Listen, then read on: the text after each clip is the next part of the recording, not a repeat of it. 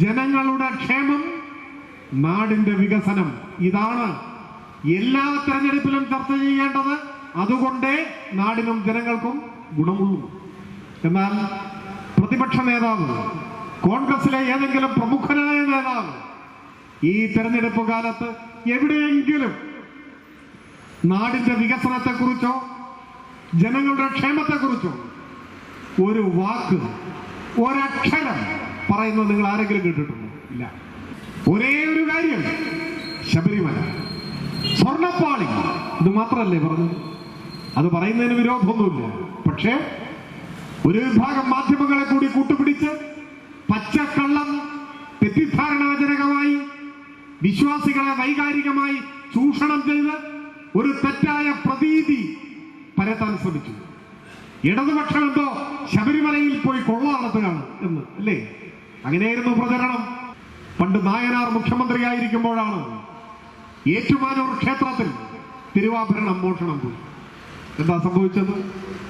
ഇതേപോലെ തന്നെ കുറ്റമറ്റ അന്വേഷണം നടത്തി തട്ടിപ്പ് നടത്തിയാളെ കയ്യോടെ പിടിച്ചു, തിരുവാഭരണം തിരിച്ചെടുത്തു, കള്ളനെ നിയമാനുസൃത നടപടിക്ക് വിധേയനാക്കി.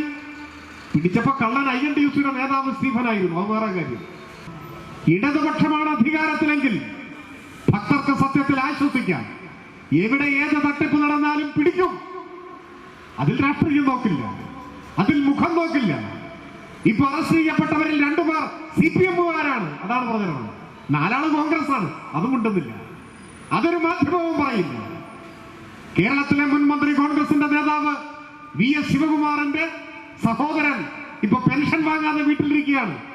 പഴയ ശബരിമലയിലെ എക്സിക്യൂട്ടീവ് ഓഫീസറായി കോടികൾ അഴിമതി നടത്തിയതാണ്. അതീവ സുരക്ഷാ മേഖലയിൽ കേരളത്തിലെ കോൺഗ്രസിന്റെ പ്രമാണിമാരായ നേതാക്കന്മാർക്ക് പോലും കൂടിക്കാഴ്ചയ്ക്ക് അനുമതി കിട്ടാത്ത ജൻപഥിൽ കള്ളന്മാർ കൂട്ടമായി എങ്ങനെ കയറി ഇറങ്ങി നിരങ്ങുന്നു? ഈ ചോദ്യത്തിന് മറുപടി പറയണ്ടേ? നാളെ അന്വേഷണം എവിടെ എത്തും നമുക്ക് ആർക്കും പ്രവചിക്കാൻ കഴിയില്ല. എവിടെയും എത്തട്ടെ എന്ന് ധീരമായി നമുക്ക് പറയാം. ഒരു ബേജാറും നമുക്കില്ല. എന്നാൽ ഇപ്പൊ ചില ആളുകൾക്ക് ബേജാറായി വരുന്നല്ലോ. ചില ആളുകൾ പൊള്ളുന്നു, ചില ആളുകൾ പ്രയാസപ്പെടുന്നു. ഒരു സംശയവും വേണ്ട, ഏറ്റുമാനൂർ ക്ഷേത്രത്തിലെ മോഷണം പോലെ ശബരിമലയിലെ സ്വർണ്ണപ്പാളി തട്ടിപ്പും അന്വേഷണം പൂർത്തിയാകുമ്പോ ജനങ്ങളുടെ മുൻപിൽ ശിരസ് കുനിച്ചു നിൽക്കേണ്ടി വരിക കോൺഗ്രസ് എന്ന രാഷ്ട്രീയ പാർട്ടിക്കായിരിക്കും. എത്ര തെരഞ്ഞെടുപ്പിൽ പരാജയപ്പെട്ടാലും അവസരമാർത്തരും ആലംബഹീനരുമായ പാവപ്പെട്ട മനുഷ്യരെ സഹായിക്കാൻ, പിന്തുണയ്ക്കാൻ ക്ഷേമ പദ്ധതികൾ, അതിൽ നിന്നൊന്നും പുറകോട്ട് പോകുന്ന പ്രശ്നമേയില്ല. ഞങ്ങൾ ഉറച്ചു വിശ്വസിക്കുന്നു, ഇന്ത്യയിൽ മറ്റൊരു ഗവൺമെന്റിനും ധൈര്യം വരാത്തതാണ് ഈ ക്ഷേമ പദ്ധതികൾ. BJP-യോ കോൺഗ്രസോ ഭരിക്കുന്ന സംസ്ഥാനങ്ങളിൽ 2000 രൂപ പെൻഷൻ കൊടുക്കുന്നുണ്ടോ? എവിടെയെങ്കിലും? ബഹുമാന്യനായ ഉമ്മൻചാണ്ടി കേരളത്തിന്റെ മുഖ്യമന്ത്രിയായിരിക്കുമ്പോൾ ആദ്യം അരമണിക്കൂർ പവർ കട്ട്, പിന്നെ അത് 1 മണിക്കൂർ കട്ട്, പിന്നെ അപ്രഖ്യാപിത കട്ട്. അതായിരുന്നില്ലേ കേരളം? ഇരുട്ടിലാണ്ട് പോയിരുന്ന ഒരു നാട്, മണിക്കൂറുകൾ നീണ്ടു നിൽക്കുന്ന പവർ കട്ട്, മണ്ണെണ്ണ വിളക്കും മെഴുകുതിരിയും കത്തിച്ച് കരണ്ട് കാത്തിരുന്ന വീടുകൾ.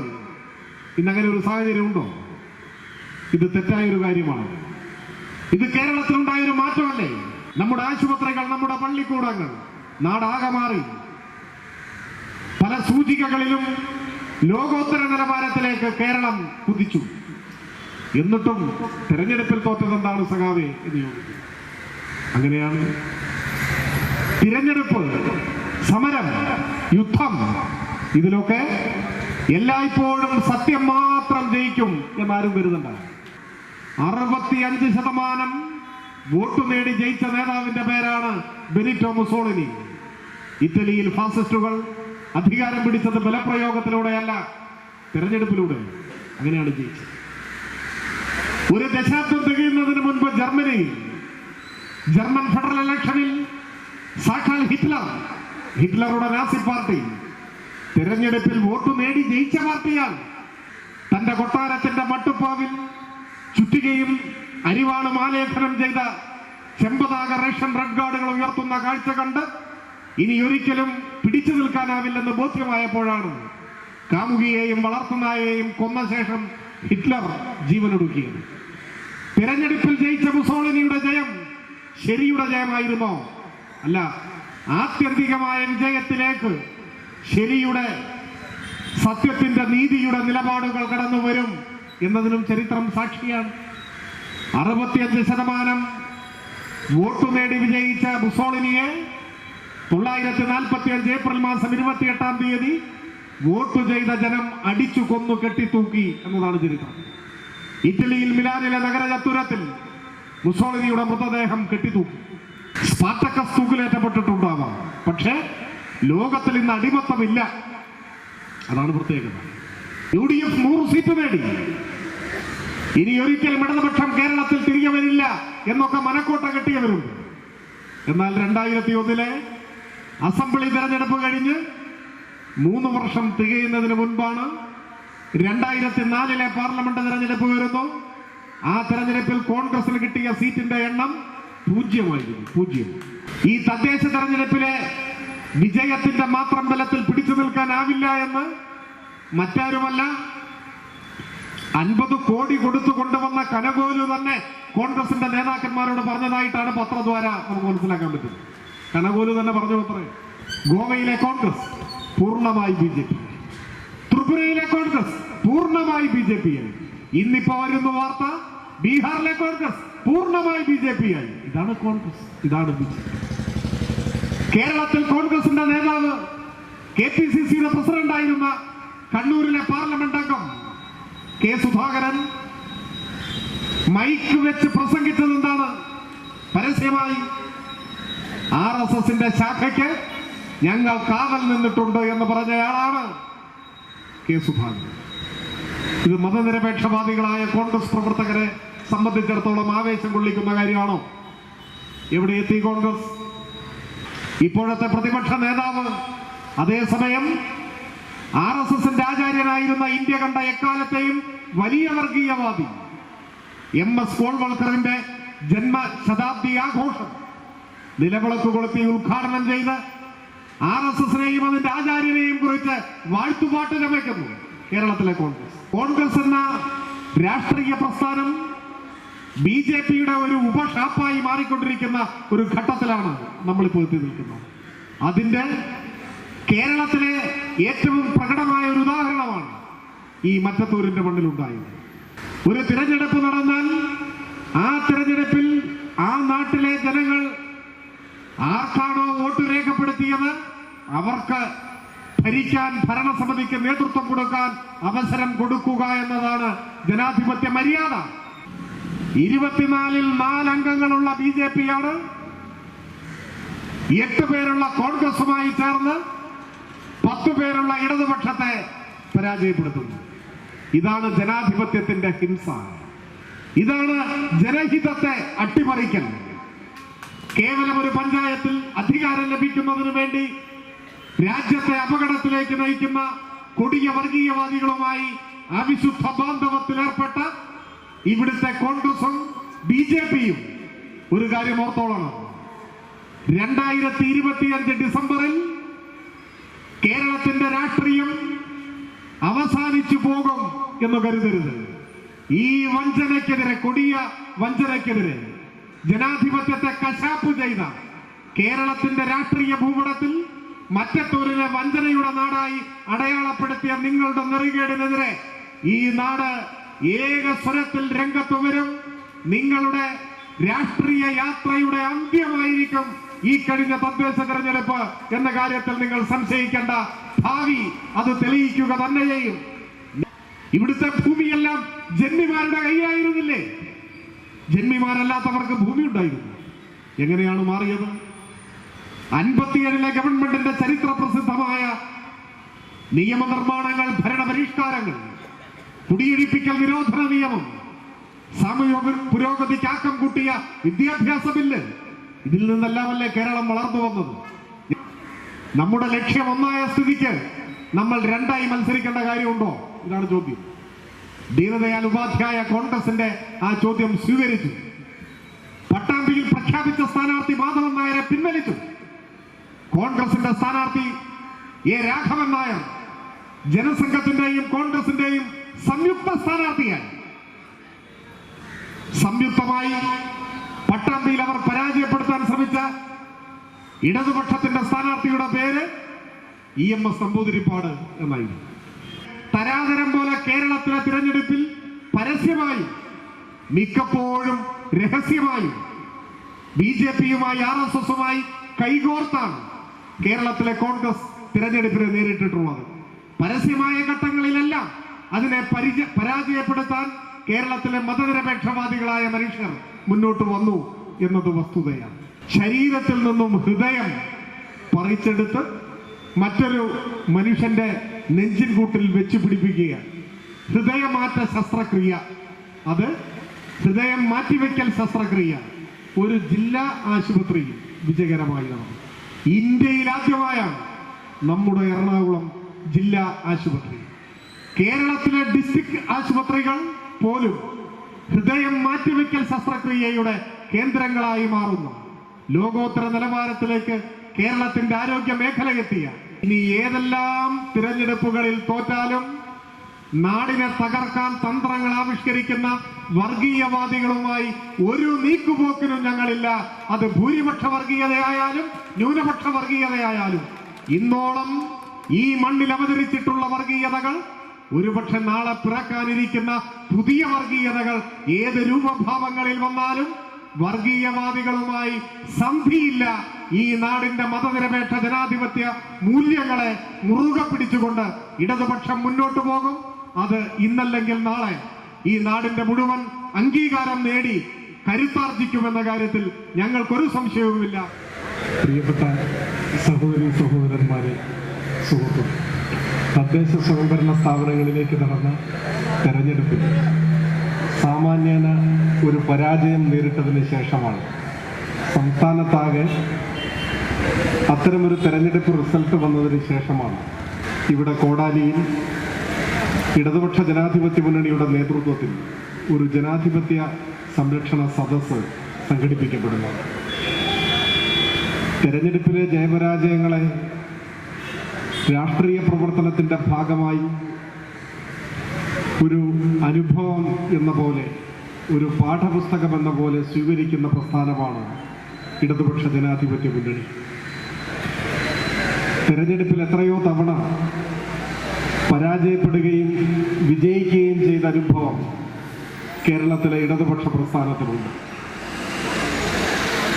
ഓരോ പരാജയങ്ങൾ സംഭവിക്കുമ്പോഴും എന്തുകൊണ്ടാണ് പരാജയം നേരിടേണ്ടി വന്നത് എന്ന് തുറന്ന മനസ്സോടെ പരിശോധിക്കുകയും ജനങ്ങളിൽ നിന്നും പഠിക്കുകയും പ്രവർത്തനത്തിനിടയിൽ എന്തെങ്കിലും പിശകുകൾ സംഭവിച്ചിട്ടുണ്ടെങ്കിൽ അത്തരം പിശകുകൾ പരിഹരിക്കാൻ ആർജവത്തോടെ നടപടികൾ സ്വീകരിക്കുകയും ചെയ്ത് മുൻപോട്ട് പോകുന്ന അനുഭവമാണ് ഇടതുപക്ഷ പ്രസ്ഥാനത്തിന്റെ ചരിത്രം.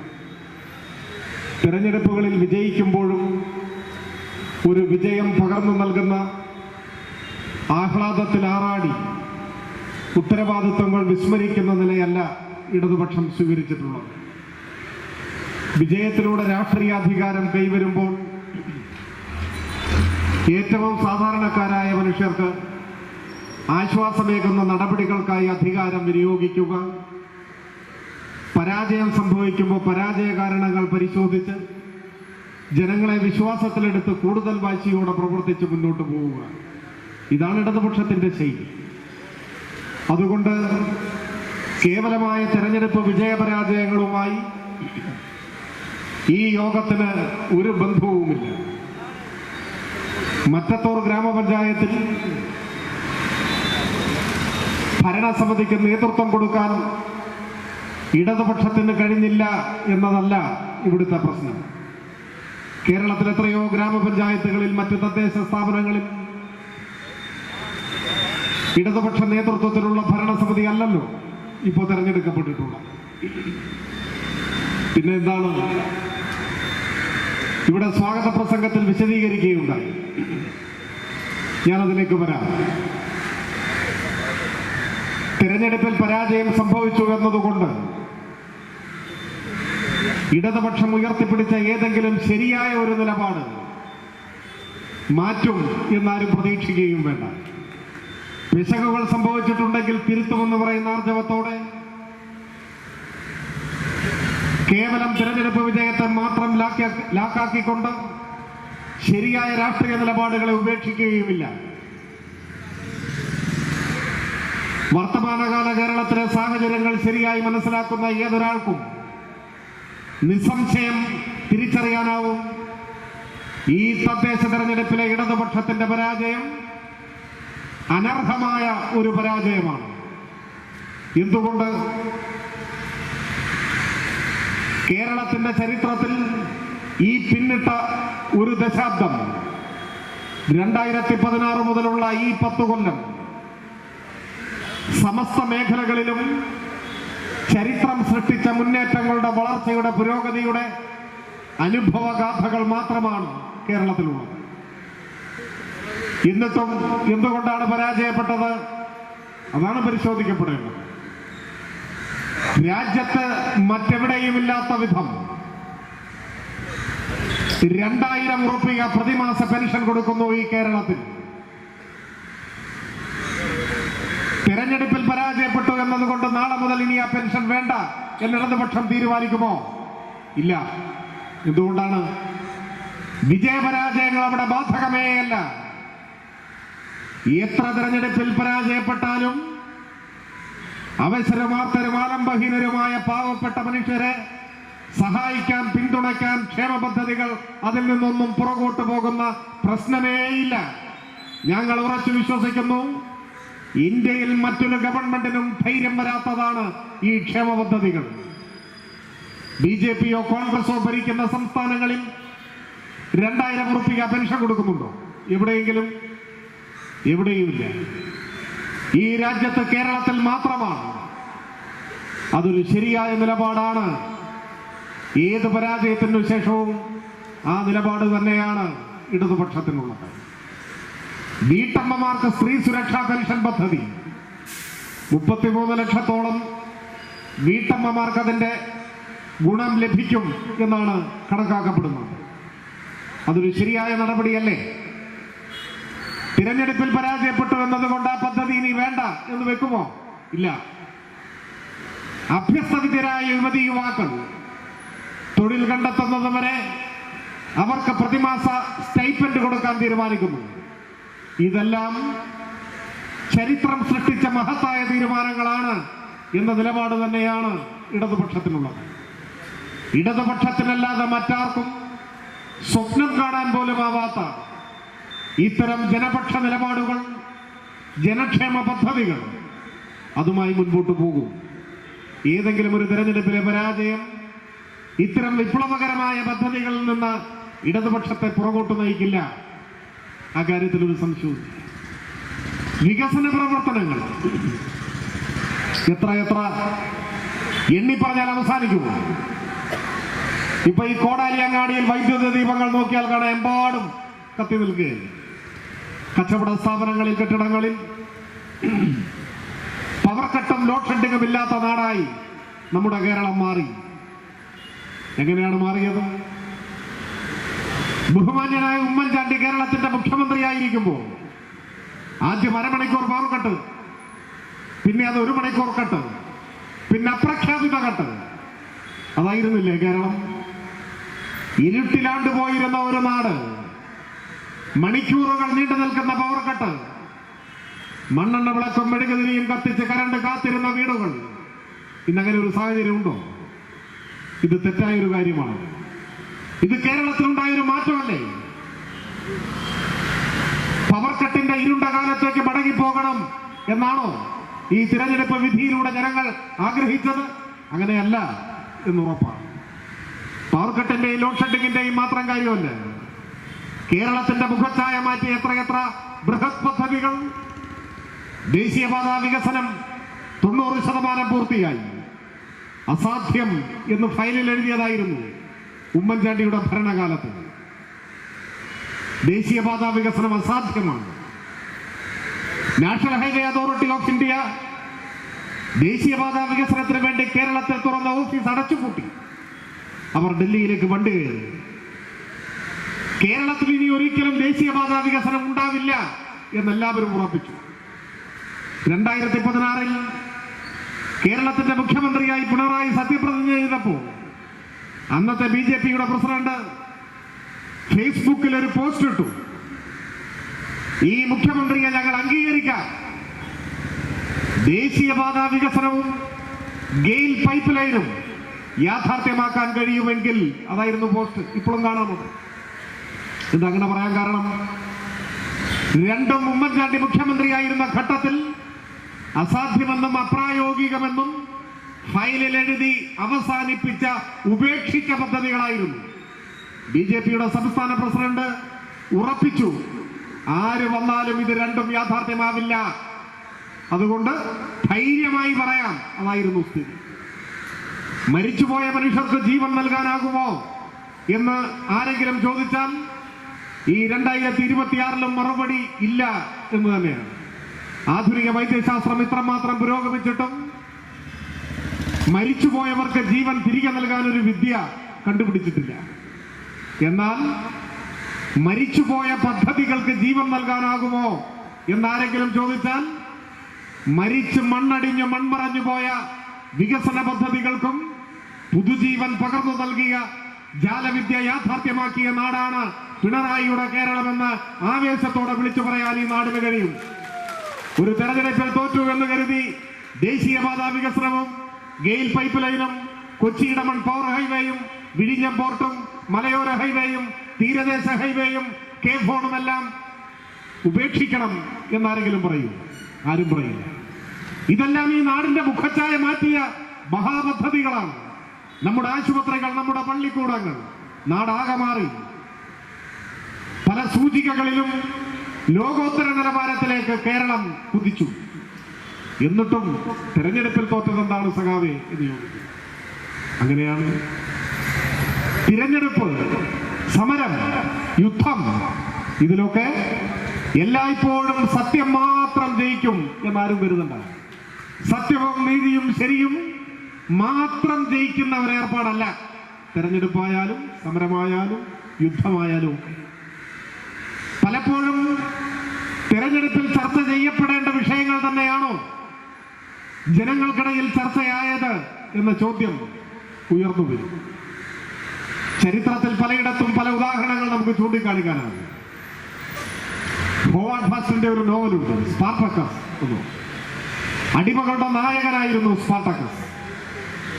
അടിമകളുടെ വിമോചനത്തിന് വേണ്ടി മഹത്തായ ഒരു കലാപം സംഘടിപ്പിക്കുന്നു.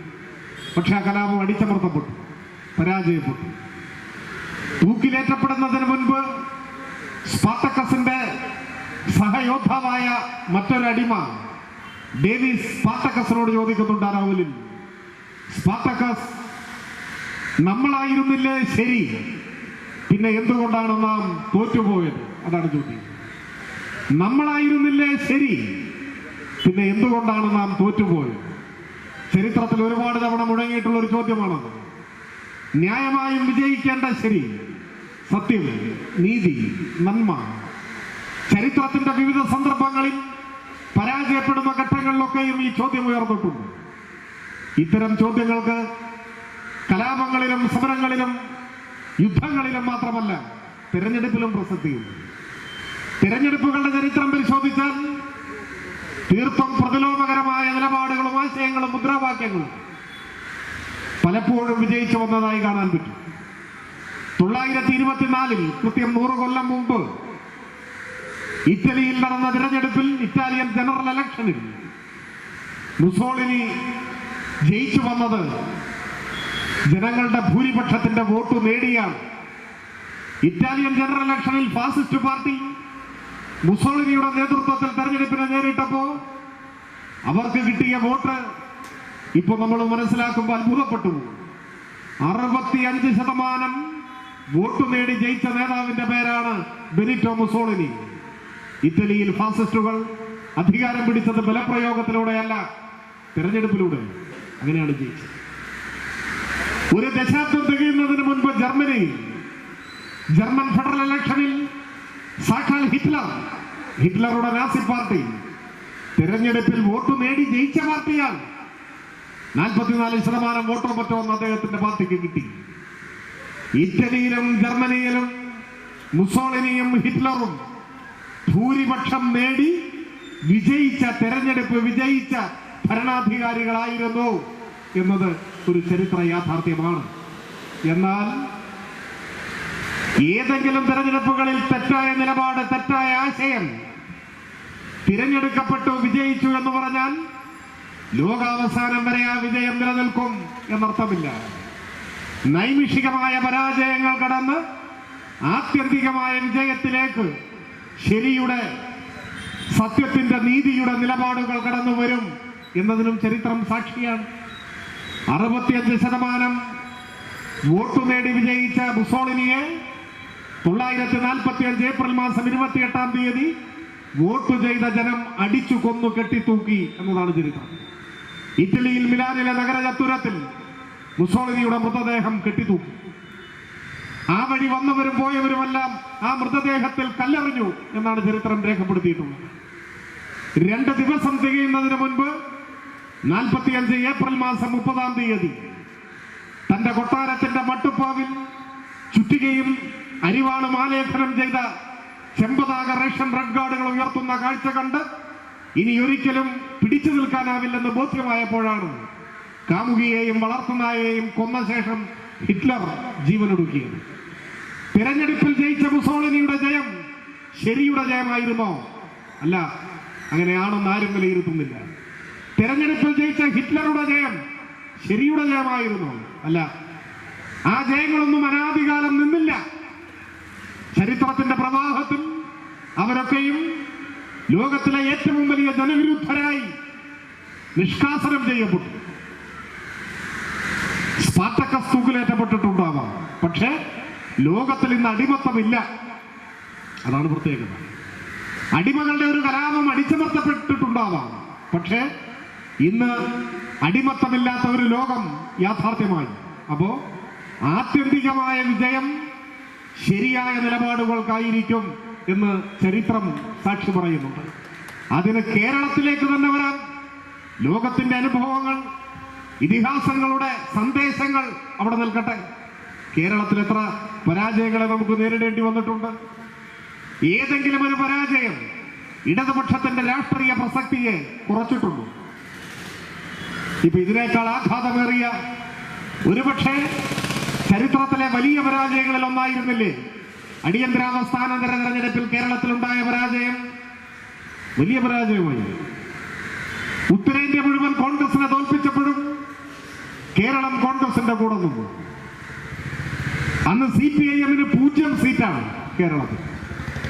എന്നാൽ 3 വർഷം തികയുന്നതിന് മുൻപ് കേരളത്തിന്റെ മുഖ്യമന്ത്രിയായി സത്യപ്രതിജ്ഞ ചെയ്ത നേതാവിന്റെ പേര് E.K. നായനാർ എന്നായിരുന്നു എന്നാണ് ചരിത്രം പറയുന്നത്. ഏതെങ്കിലും ഒരു പരാജയത്തിന്റെ മുന്നിൽ സ്തംഭിച്ചു പോകുന്ന അനുഭവമല്ല. 2001 അസംബ്ലി തെരഞ്ഞെടുപ്പ് ഇവിടെ ഇരിക്കുന്നവരിൽ നല്ലൊരു പങ്കാളികൾക്കും അതൊക്കെ ഓർമ്മയുണ്ടാവും. തീർത്തും പുതിയ തലമുറയിൽപ്പെട്ടവർക്ക് മാത്രമായിരിക്കും സ്വാനുഭവങ്ങളുടെ അടിസ്ഥാനത്തിൽ 2001 തെരഞ്ഞെടുപ്പ് ഓർമ്മയിൽ ഉണ്ടാവാത്തത്. ബാക്കി എല്ലാവർക്കും ഓർമ്മയില്ല. 2001 അസംബ്ലി തെരഞ്ഞെടുപ്പിലാണ് അടുത്ത കാലത്ത് ഇടതുപക്ഷം ഏറ്റവും വലിയ തിരിച്ചടി നേരിട്ടത്. 40 സീറ്റോ മറ്റോ ആണ് കിട്ടിയതെന്നാണ് എന്റെ ഓർമ്മ. UDF 100 സീറ്റ് നേടി. ഇനി ഒരിക്കലും ഇടതുപക്ഷം കേരളത്തിൽ തിരികെ വരില്ല എന്നൊക്കെ മനക്കോട്ട കെട്ടിയവരുണ്ട്. എന്നാൽ 2001 അസംബ്ലി തെരഞ്ഞെടുപ്പ് കഴിഞ്ഞ് 3 വർഷം തികയുന്നതിന് മുൻപാണ് 2004 പാർലമെന്റ് തെരഞ്ഞെടുപ്പ് വരുന്നു. ആ തെരഞ്ഞെടുപ്പിൽ കോൺഗ്രസിന് കിട്ടിയ സീറ്റിന്റെ എണ്ണം 0 ആയിരുന്നു. 0 ഒറ്റ സീറ്റ് കിട്ടിയില്ല. 67 കേരളം കോൺഗ്രസിനെ കൈവിട്ട് സകല സ്ഥലത്തും പരാജയപ്പെട്ടു പോയപ്പോഴും കേരളത്തിൽ കോൺഗ്രസ് മരിച്ചില്ല എന്ന് കേന്ദ്ര നേതൃത്വത്തെ ബോധ്യപ്പെടുത്താൻ പനമ്പള്ളി ഗോവിന്ദമേനോൻ ജയിച്ചു പോയിരുന്നു. ഒരാൾ ജയിച്ചു. എന്നാൽ 2004 ആ ഒന്നും ഉണ്ടായില്ല. 0 സീറ്റായി. എന്തിനധികം പറയുന്നു, 2019 പാർലമെന്റ് തെരഞ്ഞെടുപ്പ് 6 കൊല്ലം മുൻപ്, ആ പാർലമെന്റ് തെരഞ്ഞെടുപ്പിൽ 1 സീറ്റല്ലേ ഇടതുപക്ഷം ജയിച്ചത്? ആലപ്പുഴ മാത്രം ഒരൊറ്റ സീറ്റ്. എന്നാൽ 2019 കഴിഞ്ഞു 2021 ആയപ്പോ 99 സീറ്റ് നേടി കേരളത്തിൽ അധികാരത്തിൽ ഇടതുപക്ഷം തിരിച്ചു വന്നു. ഇതാണ് കേരളത്തിന്റെ അനുഭവം. കുറെ കാലം കൂടി തദ്ദേശ തെരഞ്ഞെടുപ്പിൽ വിജയമെന്ന് പറയുന്നത് ഒരു സ്വപ്നം മാത്രമായി അവശേഷിച്ച കോൺഗ്രസിന്റെ ചില നേതാക്കന്മാരെ കാണുമ്പോൾ എന്തോ ലോകം പിടിച്ചടക്കിയ വാശിയാണ് ഇപ്പോൾ കാണുന്നത്. കേരളം മുഴുവൻ കാൽക്കീഴിലായി എന്ന തോന്നലാണ്. അതൊന്നും വേണ്ട. കേരളത്തിന്റെ രാഷ്ട്രീയ ചരിത്രം നമ്മെ പഠിപ്പിക്കുന്നത് ഏതെങ്കിലും ഒരു തെരഞ്ഞെടുപ്പ് പരാജയത്തോടെ അസ്തമിച്ചു പോകുന്ന രാഷ്ട്രീയ പ്രസക്തിയല്ല ഇടതുപക്ഷത്തിൻ്റെതെന്ന് തന്നെയാണ്. ഇപ്പോ കേരളത്തിൽ വരാൻ പോകുന്ന നിയമസഭാ തെരഞ്ഞെടുപ്പിൽ ഈ തദ്ദേശ തെരഞ്ഞെടുപ്പിലെ വിജയത്തിന്റെ മാത്രം ബലത്തിൽ പിടിച്ചു നിൽക്കാനാവില്ല എന്ന് മറ്റാരുമല്ല 50 കോടി കൊടുത്തു കൊണ്ടുവന്ന കനകോലു തന്നെ കോൺഗ്രസിന്റെ നേതാക്കന്മാരോട് പറഞ്ഞതായിട്ടാണ് പത്രദ്വാര നമുക്ക് മനസ്സിലാക്കാൻ പറ്റും. കനകോലു തന്നെ പറഞ്ഞു അത്രേ, കേരളത്തിൽ ഭരണവിരുദ്ധ വികാരമില്ല, ഇടതുപക്ഷത്തിന്റെ രാഷ്ട്രീയ അടിത്തറ തകർന്നില്ല. അതുകൊണ്ട് തദ്ദേശ തെരഞ്ഞെടുപ്പ് മാത്രം മുന്നിൽ വെച്ച് ഇപ്പൊ കേരളം പിടിക്കും എന്ന് കരുതി നിന്നാൽ അത് യാഥാർത്ഥ്യമാവില്ല എന്ന് കനകോലു തന്നെ ഉപദേശിച്ചതായിട്ടാണ് കേൾക്കുന്നത്. നമുക്ക് അറിഞ്ഞുകൂടാ. അതുകൊണ്ടോ രാഷ്ട്രീയാധികാരത്തിൽ നിന്നൊരു ദശാബ്ദമായി വിട്ടുനിൽക്കേണ്ടി വന്ന അധികാരമില്ലാത്ത സാഹചര്യം മനോനിലയത്തിന്റെ സാരമായി ബാധിച്ച കോൺഗ്രസിന്റെ നേതൃത്വം ഇപ്പൊ കേരളത്തിൽ ഒരു ചാക്കുമായിട്ട് നടക്കുകയാണ്. ഏതെങ്കിലും പാർട്ടികൾ, ഏതെങ്കിലും വ്യക്തികൾ ഈ ചാക്കിൽ കയറുവോ എന്ന് നോക്കുക. വരുന്ന തെരഞ്ഞെടുപ്പിൽ കൈപ്പത്തി അടയാളം മാറ്റി ഒരു ചാക്ക് കോൺഗ്രസിന്റെ അടയാളമായി സ്വീകരിക്കുന്നതാണ് നല്ലത്. ചാക്കിൽ കയറിയവരെ കുറിച്ചൊന്നും ഇപ്പൊ ഞാനൊന്നും പറയുന്നില്ല. പക്ഷെ ചാക്കിൽ കയറിയവരാരും ചരിത്രം സൃഷ്ടിച്ചിട്ടില്ല എന്നോർത്തോളണം. ചാക്കിൽ കയറിയവരൊക്കെ ഒറ്റുകാരായി മാത്രമേ ചരിത്രം രേഖപ്പെടുത്തിയിട്ടുള്ളൂ. അവരുടെ പേരിലല്ല രാഷ്ട്രീയം അടയാളപ്പെടുത്തുക. അവസരവാദികളുടെയും അധികാരമോഹികളുടെയും നിയന്ത്രണത്തിന് കീഴിൽ ഒരിക്കലും കേരള രാഷ്ട്രീയം നിലയുറപ്പിച്ചിട്ടുമില്ല. ഇപ്പോ ശക്തമായ രാഷ്ട്രീയ നിലപാട് സ്വീകരിക്കുന്ന രാഷ്ട്രീയ പാർട്ടികളെ കുറിച്ച് തന്നെ അനാവശ്യമായ വാർത്തകൾ പ്രചരിപ്പിക്കുകയും അവരുടെ പുറകെ നടക്കുകയും ഇത് രാഷ്ട്രീയത്തെ കച്ചവടവൽക്കരിക്കുന്ന വലതുപക്ഷത്തിന്റെ ജീർണമുഖമാണ് അനാവരണം ചെയ്തുകൊണ്ടേയിരിക്കുന്നത്. ഞാൻ ഒരുപാട് ദീർഘിപ്പിക്കണമെന്ന് ആഗ്രഹിക്കുന്നില്ല. ഇവിടെ ഇപ്പൊ നമ്മൾ ഇങ്ങനെ ഒത്തുകൂടുന്നതിന്റെ കാര്യകാരണങ്ങളെ കുറിച്ചെല്ലാമാണ് തുടക്കത്തിൽ ഇവിടെ വിശദീകരിച്ചത്. എന്താ വസ്തുത? കോൺഗ്രസ് എന്നാൽ യാതൊരു നെറിയും കാണിക്കാത്ത നേതാക്കന്മാരെ പോലെയാണ് എല്ലാ കോൺഗ്രസിന്റെയും അംഗങ്ങളെന്ന അഭിപ്രായം ഒരിക്കില്ല. ഒരുപക്ഷെ കോടാലിയിൽ തന്നെ മതനിരപേക്ഷ ചിന്താഗതി വെച്ച് പുലർത്തുകയും ഗാന്ധിയൻ മൂല്യങ്ങളിൽ വിശ്വാസം അർപ്പിക്കുകയും ഒക്കെ ചെയ്യുന്ന കോൺഗ്രസുകാരുണ്ടാവാം. പക്ഷെ അവരെയെല്ലാം നിരാശപ്പെടുത്തുന്നതല്ലേ ഏറെ നാളായി കോൺഗ്രസ് സ്വീകരിക്കുന്ന സമീപനം? കേരളത്തിനകത്തും പുറത്തും ഗാന്ധിയൻ മൂല്യങ്ങൾക്ക് കോൺഗ്രസിൽ ഇന്ന് എന്തെങ്കിലും വിലയുണ്ടോ? മറ്റത്തൂർ ഗ്രാമപഞ്ചായത്തിൽ കൈപ്പത്തി അടയാളത്തിൽ വിജയിച്ച 8 കോൺഗ്രസ് അംഗങ്ങൾ ഒരു രാത്രി ഇരുട്ടി വെളുക്കുമ്പോഴേക്ക് BJPയുടെ പാളയത്തിലെത്തിയതാണ് നമ്മളിപ്പോൾ ചർച്ച ചെയ്യുന്നത്. പക്ഷെ ഞാനിവിടെ നിങ്ങളുടെ മുൻപാകെ സംസാരിക്കുന്ന ഈ നിമിഷത്തെ വാർത്ത ബീഹാർ സംസ്ഥാന നിയമസഭയിലേക്ക് കൈപ്പത്തി അടയാളത്തിൽ തിരഞ്ഞെടുക്കപ്പെട്ട മുഴുവൻ കോൺഗ്രസ് MLA-മാരും BJPയിൽ ചേർന്നു വന്നാണ്. അങ്ങനെയാണ് കേൾക്കുന്നത്. നാളെ മാധ്യമങ്ങളിൽ അറിയാം അതിന്റെ ഏറ്റവും ഒടുവിലത്തെ സ്ഥിതിഗതികൾ. പക്ഷെ ആ വാർത്ത നമ്മളെ ഞെട്ടിപ്പിക്കില്ല.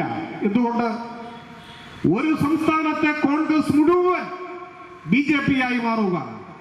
ഇവിടെ പഞ്ചായത്തിലെ കോൺഗ്രസ് മാറിയതല്ലേ നമ്മൾ ജനാധിപത്യം സംരക്ഷിക്കുന്നതിന് വേണ്ടി ഒരു പരിപാടി നടത്തുന്നു. അപ്പൊ സംസ്ഥാനത്തെ കോൺഗ്രസ് മൊത്തത്തിൽ മാറിയാലോ? അരുണാചൽ പ്രദേശ് ഇന്ത്യയുടെ അതിർത്തി സംസ്ഥാനമാണ്. ഇന്ത്യയും ചൈനയുമായി അതിർത്തി പങ്കുവയ്ക്കുന്ന ഇന്ത്യയുടെ വടക്കു കിഴക്കൻ ഭൂപ്രദേശമാണ് അരുണാചൽ പ്രദേശ്. അരുണാചൽ പ്രദേശ് കോൺഗ്രസിന്റെ ശക്തി കേന്ദ്രമായിരുന്നു. കോൺഗ്രസിന്റെ മുഖ്യമന്ത്രി പേമ ഖണ്ഡു അരുണാചൽ പ്രദേശിന്റെ ഇപ്പോഴത്തെയും മുഖ്യമന്ത്രി പേമ ഖണ്ഡുവാണ്. പക്ഷെ പാർട്ടി കോൺഗ്രസ് അല്ല. അതുമാണ് കോൺഗ്രസിന്റെ മുഖ്യമന്ത്രിയായിരുന്ന പേമ ഖണ്ഡു അദ്ദേഹത്തോടൊപ്പമുള്ള കൈപ്പത്തി അടയാളത്തിൽ വിജയിച്ച എല്ലാ കോൺഗ്രസ് എംഎൽഎമാരെയും കൂട്ടി 40 പേരുണ്ട്. എല്ലാവരെയും കൂട്ടി പ്രഖ്യാപിച്ചു ഞങ്ങൾ ഇപ്പോൾ മുതൽ BJP ആണ്. അങ്ങനെ BJP ഒരു സംസ്ഥാനത്തെ കോൺഗ്രസ് മുഴുവൻ BJP. ഗോവ, അരുണാചൽ പ്രദേശ് വളരെ ദൂരെയുള്ള സംസ്ഥാനമാണ്. ഗോവ അത്ര ദൂരത്തിലല്ല. ഗോവയിലെ കോൺഗ്രസ് പൂർണ്ണമായി BJP. ത്രിപുരയിലെ കോൺഗ്രസ് പൂർണ്ണമായി BJP ആയി. ഇന്നിപ്പോ വരുന്ന വാർത്ത ബീഹാറിലെ കോൺഗ്രസ് പൂർണ്ണമായി BJP ആയി. ഇതാണ് കോൺഗ്രസ്, ഇതാണ് BJP. കേരളത്തിൽ കോൺഗ്രസിന്റെ നേതാവ് KPCCയുടെ പ്രസിഡന്റായിരുന്ന കണ്ണൂരിലെ പാർലമെന്റ് അംഗം കെ സുധാകരൻ മൈക്ക് വെച്ച് പ്രസംഗിച്ചത് എന്താണ്? പരസ്യമായി RSSന്റെ ശാഖയ്ക്ക് ഞങ്ങൾ കാവൽ നിന്നിട്ടുണ്ട് എന്ന് പറഞ്ഞയാളാണ് കെ സുധാകരൻ. ഇത് മതനിരപേക്ഷവാദികളായ കോൺഗ്രസ് പ്രവർത്തകരെ സംബന്ധിച്ചിടത്തോളം ആവേശം കൊള്ളിക്കുന്ന കാര്യമാണോ? എവിടെ എത്തി കോൺഗ്രസ്? ഒരാൾ ഭൂതകാല പാരമ്പര്യം വിളിച്ചു പറയുന്നു.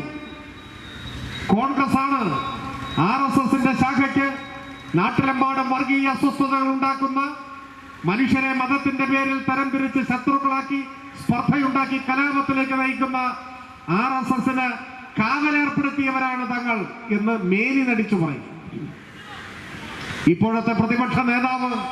അതേസമയം RSSന്റെ ആചാര്യനായിരുന്ന ഇന്ത്യ കണ്ട എക്കാലത്തെയും വലിയ വർഗീയവാദി MS ഗോൾവൾക്കറിന്റെ ജന്മശതാബ്ദി ആഘോഷം നിലവിളക്ക് കൊളുത്തി ഉദ്ഘാടനം ചെയ്ത് RSSനെയും അതിന്റെ ആചാര്യനെയും കുറിച്ച് വാഴ്ത്തുപാട്ട് ചമയ്ക്കുന്നു കേരളത്തിലെ കോൺഗ്രസ്. ഓരോ നേതാക്കന്മാരും BJPയിലേക്കുള്ള യാത്രാ മധ്യയാണ്. ശ്രീ ശശി തരൂരിന്റെ സമീപകാല പ്രസ്താവനകൾ, നിലപാടുകൾ നിങ്ങൾ നോക്കൂ. അദ്ദേഹം ഇപ്പൊ ഏത് പാർട്ടിയിലാണ്? ഒരു കോൺഗ്രസിന്റെ സ്നേഹിതൻ എന്നോട് പറഞ്ഞത് ശശി തരൂർ തത്വത്തിൽ കോൺഗ്രസിൽ തന്നെയാണെന്നാണ്. അങ്ങനെ കേട്ടിട്ടുണ്ടോ നിങ്ങൾ ഇതുവരെ? തത്വത്തിൽ കോൺഗ്രസിൽ തന്നെയാണ് എന്ന് വെച്ചാൽ പ്രയോഗത്തിൽ അല്ല എന്നാണ് അർത്ഥം. എന്ന് BJPയിൽ ചേരും. ഇന്ന് ചേരുമോ നാളെ ചേരുമോ അത് 2 ദിവസം കഴിഞ്ഞിട്ടാണോ ചേരും? ഇതൊന്നും ആർക്കും പറയാൻ കഴിയില്ല. അങ്ങനെ കോൺഗ്രസ് എന്ന രാഷ്ട്രീയ പ്രസ്ഥാനം BJPയുടെ ഒരു ഉപഷാപ്പായി മാറിക്കൊണ്ടിരിക്കുന്ന ഒരു ഘട്ടത്തിലാണ് നമ്മളിപ്പോൾ എത്തി നിൽക്കുന്നത്. അതിന്റെ കേരളത്തിലെ ഏറ്റവും പ്രകടമായ ഒരു ഉദാഹരണമാണ് ഈ മറ്റത്തൂരിന്റെ മണ്ണിലുണ്ടായത്. നിങ്ങൾ നോക്കൂ, പലയിടങ്ങളിലും ഇപ്പോൾ അധികാരത്തിൽ വന്ന ഭരണസമിതികൾ അത് BJPയുടെ നേതൃത്വത്തിൽ, തിരുവനന്തപുരം കോർപ്പറേഷൻ ഉൾപ്പെടെ ചിലയിടത്ത് കോൺഗ്രസിന്റെ നേതൃത്വം, അവിടെയൊന്നും കേവല ഭൂരിപക്ഷമില്ല. ചിലയിടങ്ങളിൽ BJPക്കും ചിലയിടങ്ങളിൽ കോൺഗ്രസിനും കേവല ഭൂരിപക്ഷമില്ല. എന്നിട്ടും അത്തരം തദ്ദേശ സ്ഥാപനങ്ങളിൽ BJPയും കോൺഗ്രസും ഭരണസമിതികൾക്ക് നേതൃത്വം കൊടുക്കുന്നുണ്ട്. എന്തുകൊണ്ട്? ഇടതുപക്ഷം തത്വാധിഷ്ഠിതമായ നിലപാട് സ്വീകരിച്ചതുകൊണ്ട്. ഒരു മുന്നണിയായി തെരഞ്ഞെടുപ്പിൽ മത്സരിക്കുമ്പോൾ ആർക്കാണോ കൂടുതൽ അംഗങ്ങളെ വിജയിപ്പിക്കാനായത്, ജനഹിതം അവരോടൊപ്പമാണ്. അത് ചിലപ്പോൾ തെറ്റായ ജനഹിതമായിരിക്കാം. നേരത്തെ ഞാൻ സൂചിപ്പിച്ചതുപോലെ ശരിയുടെ രാഷ്ട്രീയത്തിന് കിട്ടിയ അംഗീകാരമായിരിക്കില്ല. പക്ഷേ ജനാധിപത്യത്തിൽ ജനഹിതം മാനിക്കപ്പെടേണ്ടതാണ്. അത്രേ ഉള്ളൂ. ഒരു തിരഞ്ഞെടുപ്പ് നടന്നാൽ ആ തിരഞ്ഞെടുപ്പിൽ ആ നാട്ടിലെ ജനങ്ങൾ ആർക്കാണോ വോട്ട് രേഖപ്പെടുത്തിയത് അവർക്ക് ഭരിക്കാൻ, ഭരണസമിതിക്ക് നേതൃത്വം കൊടുക്കാൻ അവസരം കൊടുക്കുക എന്നതാണ് ജനാധിപത്യ മര്യാദ. ആ മര്യാദ ഉള്ളത് കൊണ്ടാണ് കോൺഗ്രസിലെ ചില സ്ഥാനമോഹികൾ ചില വാഗ്ദാനങ്ങളുമായി കടന്നു വന്നപ്പോ ഞങ്ങളതിനില്ല എന്നിടതുപക്ഷം പറഞ്ഞത്. BJPക്ക് വരാനുള്ള ധൈര്യം ഉണ്ടായിട്ടില്ല പലയിടത്തും. കാരണം ഇടതുപക്ഷത്തിന്റെ പ്രഖ്യാപിത നിലപാട് അറിയാം. അതുകൊണ്ടാണ് 101 അംഗങ്ങളുള്ള തിരുവനന്തപുരം കോർപ്പറേഷനിൽ 50 അംഗങ്ങൾ മാത്രമുള്ള BJP ഇപ്പൊ ഭരിക്കുന്നു. കണക്ക് നോക്കിയാൽ ഭരിക്കാൻ പാടില്ലല്ലോ. BJPക്ക് 50 അംഗം, BJP അല്ലാത്തവർക്കോ 51. പക്ഷേ ഏറ്റവും വലിയ ഒറ്റക്കക്ഷി BJP ആണ്. ഇത് കോൺഗ്രസിനും ബാധകമാണ്. പല തദ്ദേശ സ്ഥാപനങ്ങളിലും. എന്നാൽ മറ്റത്തൂരിൽ വരുമ്പോഴോ 24-ൽ 4 അംഗങ്ങളുള്ള BJP ആണ് 8 പേരുള്ള കോൺഗ്രസുമായി ചേർന്ന് 10 പേരുള്ള ഇടതുപക്ഷത്തെ പരാജയപ്പെടുത്തുന്നു. ഇതാണ് ജനാധിപത്യത്തിന്റെ ഹിംസ. ഇതാണ് ജനഹിതത്തെ അട്ടിമറിക്കൽ. ഇവിടെ പറഞ്ഞതുപോലെ കേരളത്തിന്റെ രാഷ്ട്രീയ രംഗത്ത് ഇപ്പൊ മറ്റത്തൂർ എന്ന നാടറിയപ്പെടുന്നത് വഞ്ചനയുടെ നാടായിട്ടല്ലേ, രാഷ്ട്രീയ വഞ്ചനയുടെ നാട്. ശരിക്കും അങ്ങനെയാണോ അറിയപ്പെടേണ്ടത്? ഈ നാട്ടിലെ ജനാധിപത്യവാദികളായ മതനിരപേക്ഷവാദികളായ മനുഷ്യർക്ക് തീർത്താൻ തീരാത്ത കളങ്കമല്ലേ കോൺഗ്രസ് എന്ന രാഷ്ട്രീയ പാർട്ടി ഉണ്ടാക്കി വെച്ചത്? 8 പേർ കോൺഗ്രസിൽ നിന്ന് രാജിവെച്ചു പോലും. അങ്ങനെയെങ്കിൽ അവരെ അയോഗ്യരാക്കണ്ടേ? ഒരു രജിസ്ട്രേഡ് രാഷ്ട്രീയ പാർട്ടിയുടെ സ്ഥാനാർത്ഥികളായി ഇലക്ഷൻ കമ്മീഷൻ ഓഫ് ഇന്ത്യ അനുവദിച്ച ഔദ്യോഗിക ചിഹ്നത്തിൽ മത്സരിച്ച് തിരഞ്ഞെടുക്കപ്പെട്ടാൽ അവർ പിറ്റേ ദിവസം ഞങ്ങൾ പാർട്ടിയിൽ നിന്ന് രാജിവെച്ചു എന്ന് പറഞ്ഞാൽ അവർ അയോഗ്യരാണ്. അയോഗ്യരാക്കുമോ കോൺഗ്രസ്? അതാണ് നാടകം. ഈ 8 പേരെ അയോഗ്യരാക്കാൻ മതനിരപേക്ഷത എന്ന മഹത്തായ ആശയത്തോട് ആരെ കടുകുമണിയോളമെങ്കിലും നിങ്ങൾക്ക് ആത്മാർത്ഥതയുണ്ടെങ്കിൽ നിങ്ങൾ അയോഗ്യരാക്കാനുള്ള കത്ത് കൊടുക്കണ്ടേ? കോൺഗ്രസ് കൊടുക്കുമോ? മറ്റത്തൂരിന് ഇപ്പോഴും കേരളത്തിന്റെ രാഷ്ട്രീയത്തിൽ ഈ ഗ്രാമത്തിന് അല്പമെങ്കിലും തല ഉയർത്തിപ്പിടിച്ച് നിൽക്കാൻ കഴിയുന്നത് മറ്റൊന്നുകൊണ്ടുമല്ല. നമ്മുടെ വേദിയിൽ സന്നിഹിതനായിരിക്കുന്നു ബഹുമാന്യനായ ശ്രീ ഔസേപ്പ്. അദ്ദേഹം സ്വതന്ത്ര ചിഹ്നത്തിൽ മത്സരിച്ച ആളാണ്. സ്വതന്ത്ര ചിഹ്നത്തിൽ മത്സരിച്ച ആളാണ്. അദ്ദേഹത്തിന് ഏത് മുന്നണിയെയും പിന്തുണയ്ക്കാം, ഏത് പാർട്ടിയെയും പിന്തുണയ്ക്കാം. അത് ജനാധിപത്യ വിരുദ്ധമല്ല. കാരണം ഏതെങ്കിലും ഒരു രാഷ്ട്രീയ പാർട്ടിയുടെ ഔദ്യോഗിക സ്ഥാനാർത്ഥിയായിട്ടല്ല അദ്ദേഹം ജയിച്ചത്. അദ്ദേഹത്തെ സമീപിച്ച് അദ്ദേഹത്തിന് ഏറ്റവും കൂടുതൽ അടുപ്പം ഉണ്ടായിരുന്ന പാർട്ടിയുടെ നേതാക്കന്മാർ, കോൺഗ്രസിന്റെ നേതാക്കന്മാർ പറയുന്നു, നിങ്ങളെ പ്രസിഡന്റ് ആക്കാം 4 BJP അംഗങ്ങളുടെ പിന്തുണയോടെ, വർഗീയവാദികളുടെ പിന്തുണയോടെ എനിക്ക് ഈ നാടിന്റെ പ്രസിഡന്റ് ആവണ്ട എന്ന് പറഞ്ഞ മതനിരപേക്ഷ തത്വാധിഷ്ഠിത രാഷ്ട്രീയത്തോടൊപ്പം ഈ മറ്റത്തൂരിന്റെ മണ്ണിൽ നിങ്ങൾ അടിയുറച്ചു നിന്നു എന്നതാണ് കോൺഗ്രസിന്റെ മഹാവഞ്ചനയുടെ നടുവിലും ഈ നാടിന് അഭിമാനിക്കാൻ കഴിയുന്ന ഒരു ഘടകം. സ്വതന്ത്രനായി ജയിച്ചിട്ടും വർഗീയവാദികളോട് കൈകോർക്കാൻ മടിച്ചു. അങ്ങനെ കിട്ടുന്ന അധികാരം വേണ്ട എന്ന നിലപാട് സ്വീകരിച്ചു. അത് തീർച്ചയായും ഈ നാടിന്റെ ചരിത്രം എല്ലാ കാലവും ഓർക്കും എന്ന കാര്യത്തിൽ ഒരു സംശയവുമില്ല. അവസരവാദികളായ കേവലം ഒരു പഞ്ചായത്തിൽ അധികാരം ലഭിക്കുന്നതിന് വേണ്ടി രാജ്യത്തെ അപകടത്തിലേക്ക് നയിക്കുന്ന കൊടിയ വർഗീയവാദികളുമായി അവിശുദ്ധ ബാന്ധവത്തിൽ ഏർപ്പെട്ട ഇവിടുത്തെ കോൺഗ്രസും BJPയും ഒരു കാര്യം ഓർത്തോളണം. 2025 ഡിസംബറിൽ കേരളത്തിന്റെ രാഷ്ട്രീയം അവസാനിച്ചു പോകും എന്ന് കരുതരുത്.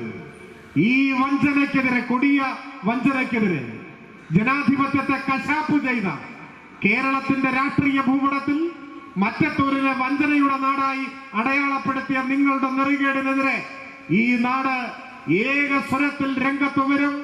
നിങ്ങളുടെ രാഷ്ട്രീയ യാത്രയുടെ അന്ത്യമായിരിക്കും ഈ കഴിഞ്ഞ തദ്ദേശ തെരഞ്ഞെടുപ്പ് എന്ന കാര്യത്തിൽ നിങ്ങൾ സംശയിക്കേണ്ട. ഭാവി അത് തെളിയിക്കുക തന്നെ ചെയ്യും. നിങ്ങൾ കൈകോർത്ത സന്ദർഭങ്ങളിലെല്ലാം കേരളത്തിന്റെ രാഷ്ട്രീയ ചരിത്രം അതിനെ തിരുത്തിയിട്ടുണ്ട്. എത്ര അനുഭവങ്ങൾ നമ്മുടെ മുന്നിലുണ്ട്. RSSും കോൺഗ്രസും തമ്മിലുള്ള അവിശുദ്ധ ബാന്ധവം ഞാൻ നേരത്തെ സൂചിപ്പിച്ചു. കോൺഗ്രസിലുള്ള എല്ലാ പ്രവർത്തകരെയും ഞാൻ അടച്ചാക്ഷേപിക്കുന്നില്ല. കാരണം ഇപ്പോഴും ഗാന്ധിയൻ മൂല്യങ്ങളെ കുറിച്ച് ആത്മാർത്ഥതയോടെ ചിന്തിക്കുകയും മതനിരപേക്ഷ നിലപാട് കോൺഗ്രസ് എടുക്കണം എന്ന് ആഗ്രഹിക്കുകയും ചെയ്യുന്ന കോൺഗ്രസ് പ്രവർത്തകരുണ്ട്. ഞങ്ങൾ അവർക്കെതിരല്ല. പക്ഷെ അവർക്ക് ഇന്നത്തെ കോൺഗ്രസിൽ തുടരാനാവില്ല. അതാണ് സ്ഥിതി. കോൺഗ്രസിന്റെ ഗാന്ധിയൻ കാലഘട്ടത്തിലെ മൂല്യങ്ങളോട് ആദരവ് പ്രകടിപ്പിക്കുന്ന മറ്റത്തൂരിലെ അവശേഷിക്കുന്ന കോൺഗ്രസുകാരോട് ഞങ്ങൾ അഭ്യർത്ഥിക്കുന്നു, നിങ്ങളിൽ നിന്ന് നിങ്ങളുടെ പ്രസ്ഥാനം അകന്നുപോയി കഴിഞ്ഞു. ഇനി നിങ്ങൾക്ക് വർഗീയവാദികളുമായി സന്ധി ചെയ്ത ഈ കൂടാരത്തിൽ നിൽക്കാനാവില്ല. ഇന്നല്ലെങ്കിൽ നാളെ മതനിരപേക്ഷ രാഷ്ട്രീയ ചേരിയുടെ ഭാഗമായി നിങ്ങൾക്ക് മാറേണ്ടി വരും. അത് കാലം തീരുമാനിക്കട്ടെ. ഞാൻ പറഞ്ഞു വന്നത്, കേരളത്തിലെ തിരഞ്ഞെടുക്കപ്പെട്ട ആദ്യത്തെ ഗവൺമെന്റ് സഖാവ് EMSന്റെ നേതൃത്വത്തിലുള്ള ഗവൺമെന്റ്, നാം ഇന്ന് കാണുന്ന കേരളത്തിന് അസ്ഥിവാരമിട്ട ഗവൺമെന്റ്. ഇപ്പൊ ഇടതുപക്ഷത്തെ സ്ഥാനത്തും അസ്ഥാനത്തും ആക്രമിക്കുന്നവരുണ്ടാവാം. അവർ ഭൂതകാലത്തേക്കൊന്ന് തിരിഞ്ഞു നോക്കട്ടെ, സ്വന്തം പൂർവികന്മാരെ ഓർക്കട്ടെ. എന്തായിരുന്നു സ്ഥിതി? മരിച്ചാൽ മൃതശരീരം മറവ് ചെയ്യാൻ 6 അടി മണ്ണ് സ്വന്തമായിട്ടില്ലാത്ത അടിമ ജീവിതം നയിക്കേണ്ടി വന്ന നിസ്വരായിരുന്നില്ലേ നമ്മുടെ എല്ലാം പൂർവികന്മാർ, നമ്മുടെ പിതാമഹന്മാർ? ഇവിടുത്തെ ഭൂമിയെല്ലാം ജന്മിമാരുടെ കൈയായിരുന്നില്ലേ? ജന്മിമാരല്ലാത്തവർക്ക് ഭൂമി ഉണ്ടായിരുന്നു. എങ്ങനെയാണ് മാറിയത്? 57 ഗവൺമെന്റിന്റെ ചരിത്ര പ്രസിദ്ധമായ നിയമനിർമ്മാണങ്ങൾ, ഭരണപരിഷ്കാരങ്ങൾ, കുടിയൊഴിപ്പിക്കൽ നിരോധന നിയമം, സാമൂഹ്യ പുരോഗതിക്ക് ആക്കം കൂട്ടിയ വിദ്യാഭ്യാസ ബില്ല്, ഇതിൽ നിന്നെല്ലാമല്ലേ കേരളം വളർന്നു വന്നത്? ഞാൻ ആ ചരിത്രത്തിലേക്ക് കൂടുതൽ കടന്നു പോകുന്നില്ല. സാന്ദർഭികമായി ഓർമ്മിപ്പിക്കാൻ കാരണം, 57 അധികാരത്തിൽ വന്ന ഗവൺമെന്റിന് കേരളം കണ്ട ഏറ്റവും നെറികെട്ട സമരാഭാസം വിമോചന സമരത്തിന്റെ പശ്ചാത്തലത്തിൽ ഇന്ത്യൻ ഭരണഘടനയെ ദുരുപയോഗം ചെയ്ത് നെഹ്റു ഗവൺമെന്റ് പിരിച്ചുവിട്ടു. അതിനുശേഷം പിന്നെ തെരഞ്ഞെടുപ്പ് നടന്നത് 1960. ആ തെരഞ്ഞെടുപ്പിലാണ് കേരളത്തിൽ RSS ആദ്യമായി ജനസംഘത്തിന്റെ സ്ഥാനാർത്ഥികളെ മത്സരിപ്പിക്കുന്നത്. അന്ന് BJP ഇല്ല, അന്ന് ജനസംഘമാണ്, ഭാരതീയ ജനസംഘം. 57 തെരഞ്ഞെടുപ്പിൽ അവർ മത്സരിച്ചിട്ടുണ്ടായിരുന്നില്ല. 57 ഗവൺമെന്റിനെതിരായി നടന്ന വിമോചന സമരത്തിൽ കോൺഗ്രസിനെ പിന്തുണച്ചു RSSും കോൺഗ്രസും കേരളത്തിൽ ആദ്യമായി കൈകോർത്ത ഒരു സമരമുഖം വിമോചന സമരമാണ്. ആ ഹാങ് ഓവറിൽ 60 തെരഞ്ഞെടുപ്പിൽ RSS മുൻകൈയെടുത്ത് ഭാരതീയ ജനസംഘത്തിന്റെ 4 നേതാക്കന്മാരെ മത്സരിപ്പിക്കാൻ തീരുമാനിച്ചു. 4 മണ്ഡലങ്ങളിലാണ് അവർ മത്സരിച്ചത്. പട്ടാമ്പി, ഗുരുവായൂര്, അണ്ടത്തോട്, കോഴിക്കോട്. ഈ 4 സ്ഥാനാർത്ഥികളെ പ്രഖ്യാപിക്കാൻ RSSന്റെ മുതിർന്ന നേതാവായ മൺമറഞ്ഞുപോയ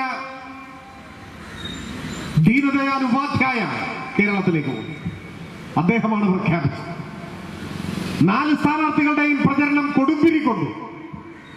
അതിൽ പട്ടാമ്പിയിൽ പ്രഖ്യാപിക്കപ്പെട്ട ജനസംഘത്തിന്റെ സ്ഥാനാർത്ഥിയുടെ പേരാണ് മാധവൻ നായർ.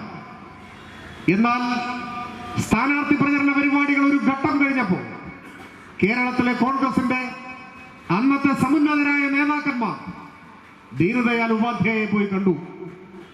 എന്നിട്ട് പറഞ്ഞു, ഈ തെരഞ്ഞെടുപ്പിൽ ഞങ്ങളുടെയും നിങ്ങളുടെയും ലക്ഷ്യം ഒന്നാണ്. EMSനെ തോൽപ്പിക്കണം, ഇടതുപക്ഷത്തെ തോൽപ്പിക്കണം. നമ്മുടെ ലക്ഷ്യം ഒന്നായ സ്ഥിതിക്ക് നമ്മൾ 2ആയി മത്സരിക്കേണ്ട കാര്യമുണ്ടോ? ഇതാണ് ചോദ്യം. ദീനദയാൽ ഉപാധ്യായ കോൺഗ്രസിന്റെ ആ ചോദ്യം സ്വീകരിച്ചു. പട്ടാമ്പിയിൽ പ്രഖ്യാപിച്ച സ്ഥാനാർത്ഥി മാധവൻ നായരെ പിൻവലിച്ചു. കോൺഗ്രസിന്റെ സ്ഥാനാർത്ഥി A. രാഘവൻ നായർ ജനസംഘത്തിന്റെയും കോൺഗ്രസിന്റെയും സംയുക്ത സ്ഥാനാർത്ഥിയായി. സംയുക്തമായി പട്ടാമ്പിയിൽ അവർ പരാജയപ്പെടുത്താൻ ശ്രമിച്ച ഇടതുപക്ഷത്തിന്റെ സ്ഥാനാർത്ഥിയുടെ പേര് EMS നമ്പൂതിരിപ്പാട് എന്നായിരുന്നു. 960 കേരള നിയമസഭാ തെരഞ്ഞെടുപ്പിൽ EMSനെ തോൽപ്പിക്കാൻ RSSും കോൺഗ്രസും കൈകോർത്ത് സംയുക്ത സ്ഥാനാർത്ഥിയെ മത്സരിപ്പിച്ച അനുഭവമാണ് കേരളത്തിന്റെ അനുഭവം. അന്നു മുതൽ കേരള രാഷ്ട്രീയത്തിൽ ഒളിഞ്ഞും തെളിഞ്ഞും ഈ ബാന്ധവമുണ്ട്. പക്ഷേ ഇവർ രണ്ടുപേരും ഒത്തുപിടിച്ചിട്ടും പട്ടാമ്പിയിലെ പ്രബുദ്ധരായ ജനത കോൺഗ്രസ് RSS സഖ്യത്തെ പരാജയപ്പെടുത്തി EMSനെ വിജയിപ്പിച്ചു എന്നതാണ് കേരളത്തിന്റെ ചരിത്രം. പിന്നീട് ഒരു ദശാബ്ദം പിന്നിട്ടപ്പോഴാണ് 971 പാർലമെന്റ് തെരഞ്ഞെടുപ്പിൽ പാലക്കാട് പാർലമെന്റ് മണ്ഡലത്തിൽ നിന്നും മത്സരിച്ച സ്ഥാനാർത്ഥി സഖാവ് AKG ആയിരുന്നു. AKGയെ പരാജയപ്പെടുത്താനും ഇതേ RSSും കോൺഗ്രസും കൈകോർത്തു. അന്ന് പിൻവലിക്കപ്പെട്ട സ്ഥാനാർത്ഥി കോൺഗ്രസിന്റെ സ്ഥാനാർത്ഥിയായി. അന്ന് മത്സരിച്ചത് RSSന്റെ ജില്ലയിലെ തന്നെ അറിയപ്പെടുന്ന നേതാവായിരുന്ന പ്രൊഫസർ ഭരതനായി. കോൺഗ്രസും RSSും കൈകോർത്തു. അവിടെയും ആ വിശുദ്ധ സഖ്യത്തെ പാലക്കാട്ടിന്റെ മണ്ണിൽ ജനങ്ങൾ പരാജയപ്പെടുത്തുകയാണ് ചെയ്തത്. AKG വിജയശ്രീലാളിതനായി. പിന്നെയും എത്ര തവണ നമ്മൾ കണ്ടു. വടകരയും ബേപ്പൂരും അത്ര പഴക്കമുള്ള ഓർമ്മകളല്ല, നമ്മുടെ മനസ്സിൽ ഇപ്പോഴുമുണ്ട്. ഇങ്ങനെ തരാതരം പോലെ കേരളത്തിലെ തിരഞ്ഞെടുപ്പിൽ പരസ്യമായും മിക്കപ്പോഴും രഹസ്യമായും BJPയുമായി RSSുമായി കൈകോർത്താണ് കേരളത്തിലെ കോൺഗ്രസ് തിരഞ്ഞെടുപ്പിനെ നേരിട്ടിട്ടുള്ളത്. പരസ്യമായ ഘട്ടങ്ങളിലെല്ലാം അതിനെ പരാജയപ്പെടുത്താൻ കേരളത്തിലെ മതനിരപേക്ഷവാദികളായ മനുഷ്യർ മുന്നോട്ട് വന്നു എന്നത് വസ്തുതയാണ്. എന്നാൽ ഇപ്പോഴിതാ കേരളത്തിൽ ആദ്യമായി രണ്ടായി മത്സരിച്ചെങ്കിലും തിരഞ്ഞെടുപ്പിന് ശേഷം കോൺഗ്രസും BJPയും ഒന്നാവും. കുറെ കൂടി വസ്തുതാപരമായി പറഞ്ഞാൽ 8 അംഗങ്ങളുള്ള കോൺഗ്രസ് 4 അംഗങ്ങളുള്ള BJPയിൽ ലയിച്ചു. ഉള്ളം കൈയിൽ ചെളിയിൽ നിന്ന് പറിച്ചെടുത്ത താമര അമർന്നിരിക്കുന്ന കാഴ്ചയാണ് മറ്റത്തൂരിൽ നമുക്ക് കാണാൻ കഴിയുന്നത്. ആരോ അതിനെ താമര കൈ മാറ്റം എന്ന് വിളിച്ചു അത്രേ. അത് നല്ല ഏറ്റവും അർത്ഥപൂർണമായ ഒരു പ്രയോഗമാണ്. ഈ അവിശുദ്ധമായ രാഷ്ട്രീയ സഖ്യത്തെ, ജനാധിപത്യത്തെ കുഴിച്ചു മൂടാനുള്ള കോൺഗ്രസിന്റെയും BJPയുടെയും സംയുക്ത നീക്കത്തെ ഈ നാട് ഒറ്റക്കെട്ടായി പ്രതിരോധിക്കണമെന്നത് ഈ കാലഘട്ടത്തിന്റെ ആവശ്യമാണ്. നമ്മുടെ നാട്ടിൽ വർഗീയമായ സ്പർദ്ധയോ വർഗീയമായ സംഘർഷങ്ങളോ ഉണ്ടാവാതെ സമാധാനപരമായ സാമൂഹ്യ അന്തരീക്ഷം ഉണ്ടാവണമെന്ന് ആഗ്രഹിക്കുന്നവരാണ് എല്ലാവരും. അതിന് വർഗീയതയ്ക്കെതിരായ പോരാട്ടം ശക്തിപ്പെടുത്തി മുൻപോട്ട് പോകാൻ നമുക്കാവണം. ആ പോരാട്ടത്തിന് ഈ മണ്ണിൽ നിന്ന് നമുക്ക് തുടക്കം കുറിക്കാനാവണം.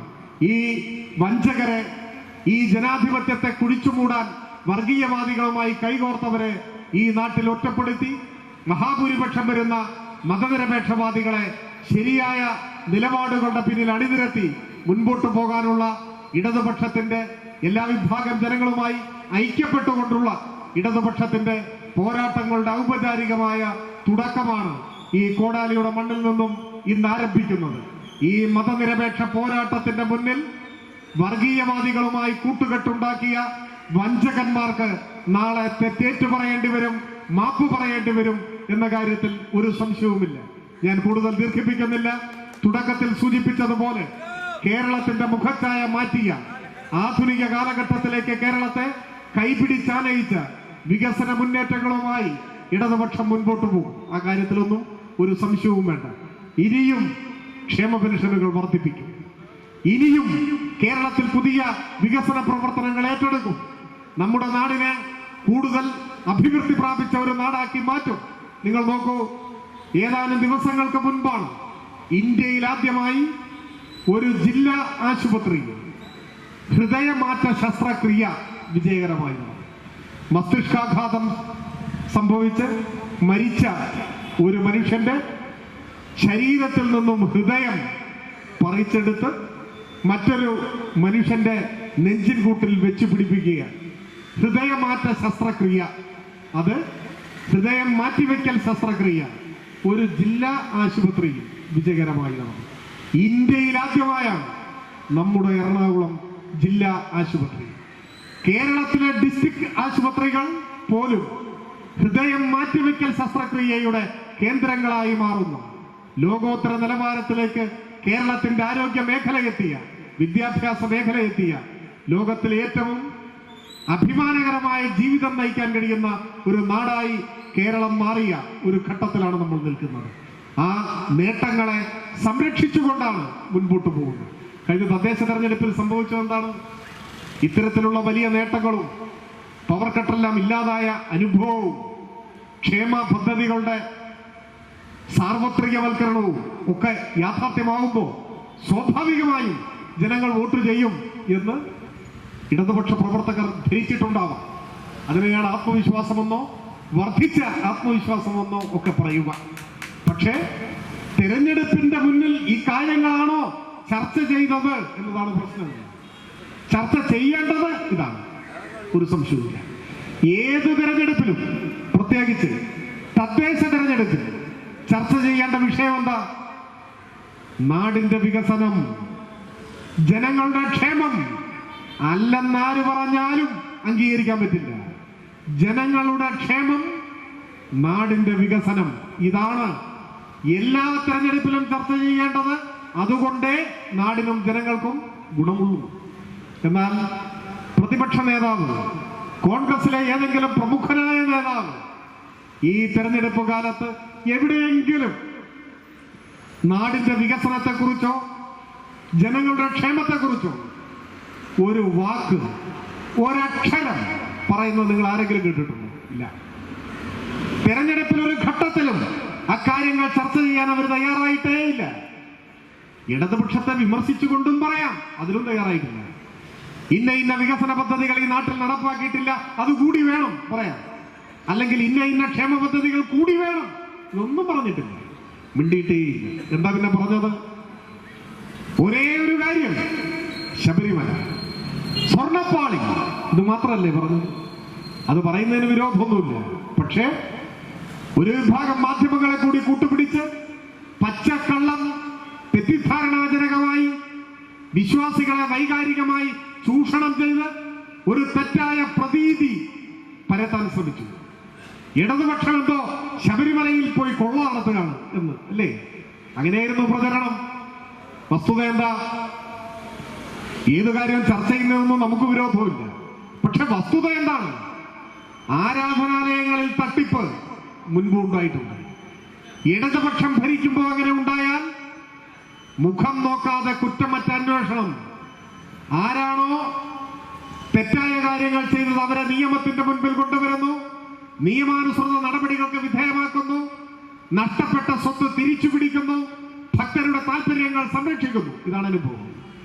പണ്ട് നായനാർ മുഖ്യമന്ത്രിയായിരിക്കുമ്പോഴാണ് ഏറ്റുമാനൂർ ക്ഷേത്രത്തിൽ തിരുവാഭരണം മോഷണം പോയി. എന്താ സംഭവിച്ചത്? ഇതേപോലെ തന്നെ കുറ്റമറ്റ അന്വേഷണം നടത്തി തട്ടിപ്പ് നടത്തിയാളെ കയ്യോടെ പിടിച്ചു, തിരുവാഭരണം തിരിച്ചെടുത്തു, കള്ളനെ നിയമാനുസൃത നടപടിക്ക് വിധേയനാക്കി. പിടിച്ചപ്പോ കള്ളൻ INTUCയുടെ നേതാവ് സ്റ്റീഫനായിരുന്നു, അത് വേറെ കാര്യം. പിടിച്ചപ്പോ കോൺഗ്രസ് ആയിരുന്നു.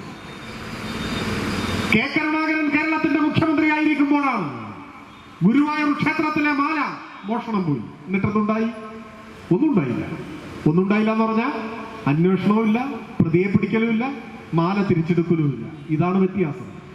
പറയുമ്പോൾ അറിയപ്പെടുന്ന ഗുരുവായൂരപ്പന്റെ ഭക്തനായിരുന്നു ശ്രീ കരുണാകരൻ. പക്ഷേ നടപടി ഇങ്ങനെ. ഇതാണ് പറഞ്ഞത്. ഇടതുപക്ഷമാണ് അധികാരത്തിലെങ്കിൽ ഭക്തർക്ക് സത്യത്തിൽ ആശ്വസിക്കാം. എവിടെ ഏത് തട്ടിപ്പ് നടന്നാലും പിടിക്കും.